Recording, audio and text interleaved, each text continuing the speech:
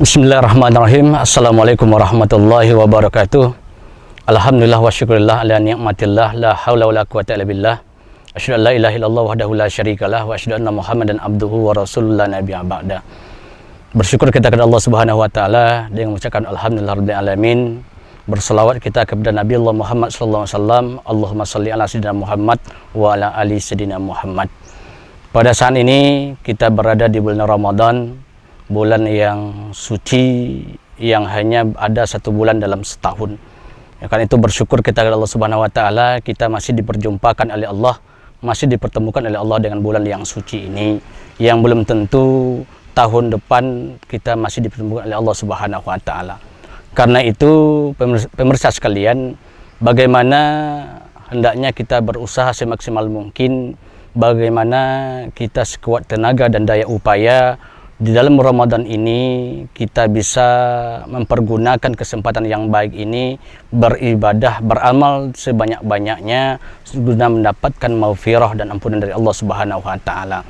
Karena tidak semua manusia yang melaksanakan ibadah di bulan suci Ramadan ini, khususnya puasa di bulan Ramadan ini, yang mendapatkan ganjaran dari Allah Subhanahu wa taala.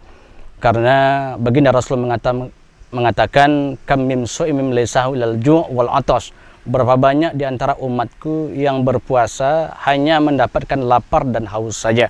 Berarti maghfirah, keampunan dari Allah Subhanahu wa taala tidak didapatkan, pahala yang dijanjikan oleh Allah begitu besarnya di bulan Ramadan ini tidak diperolehnya.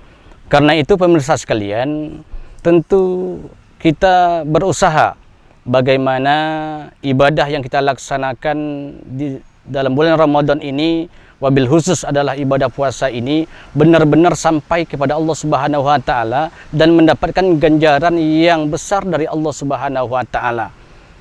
Karena itu pemirsa sekalian, yang harus kita ingat adalah di antara tanda-tanda manusia yang mendapatkan kemuliaan, di antara tanda-tanda manusia yang mendapatkan kesuksesan dalam bulan Ramadan ini, yang pertama adalah iman dan ketakwaannya semakin meningkat. Kalau sebelum Ramadan mungkin masih banyak ibadahnya yang terlalaikan oleh yang bersangkutan, tetapi setelah masuk Ramadan dan setelah keluar dari Ramadan ini, maka ibadahnya bertambah meningkat dan bertambah baik di sisi Allah Subhanahu wa taala. Walaupun untuk saat sekarang ini kita dihimbau oleh pemerintah untuk tidak melaksanakan sholat tarawih dan witir secara berjamaah, malahan ada daerah-daerah yang dihimbau untuk tidak melaksanakan sholat Jumat secara berjamaah di masjid, dan juga tidak melaksanakan sholat 5 waktu berjamaah di masjid, tapi dialihkan berjamaah di rumah. Tetapi jangan sampai hendaknya ini menyurutkan langkah kita, niat kita untuk meningkatkan keimanan dan ketakwaan kepada Allah Subhanahu wa taala. Yang kedua, di antara tanda manusia yang sukses meraih Ramadan ini adalah manusia setelah keluar dari Ramadan, sosialnya semakin meningkat, sehingga dia kepeduliannya terhadap orang-orang lain, kepada saudaranya yang membutuhkan uluran tangannya, maka ditingkatkan dan bertambah ingat kepada Allah Subhanahu wa taala. Karena apa? Karena dia merasakan bagaimana susahnya tidak makan dan minum mulai daripada imsak sampai nanti beduk berbuka berbunyi, dan ini dirasakan oleh saudara-saudaranya kurang mampu, yang malahan ada di antara saudaranya bukan cukup hanya 12 jam dalam sehari. Kadangkala ada saudara kita yang sampai berhari-hari, 2-3 hari yang tidak bisa makan, bukan karena tak boleh makan, tapi tidak ada yang bisa dimakannya, karena tidak ada dapat ya untuk dimakan.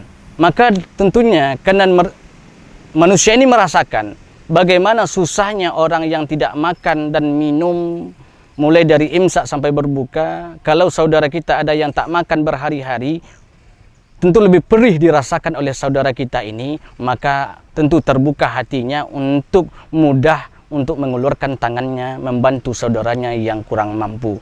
Apalagi dengan sekarang ini ekonomi masyarakat terpuruk, karena mungkin banyak masyarakat saudara kita yang tidak bisa berusaha bekerja semaksimal mungkin seperti hal-hal biasa, karena adanya wabah yang sedang, pandemi ini yang sedang merajalela di dunia ini, maka mereka tentu sangat membutuhkan uluran tangan kita. Bagaimana mereka bisa bertahan dalam menghidupi keluarga mereka. Yang ketiga, di antara orang-orang yang sukses di bulan Ramadan ini adalah manusia yang ikhlas dalam segala hal. Ikhlas dalam melaksanakan ibadah kepada Allah Subhanahu wa taala, ikhlas dalam membantu saudaranya yang kurang mampu, dan juga ikhlas dalam menjalankan perintah Allah serta meninggalkan larangan Allah Subhanahu wa taala. Mungkin itu, terima kasih dan mohon maaf. Wabillahi taufik wal hidayah. Wassalamualaikum warahmatullahi wabarakatuh.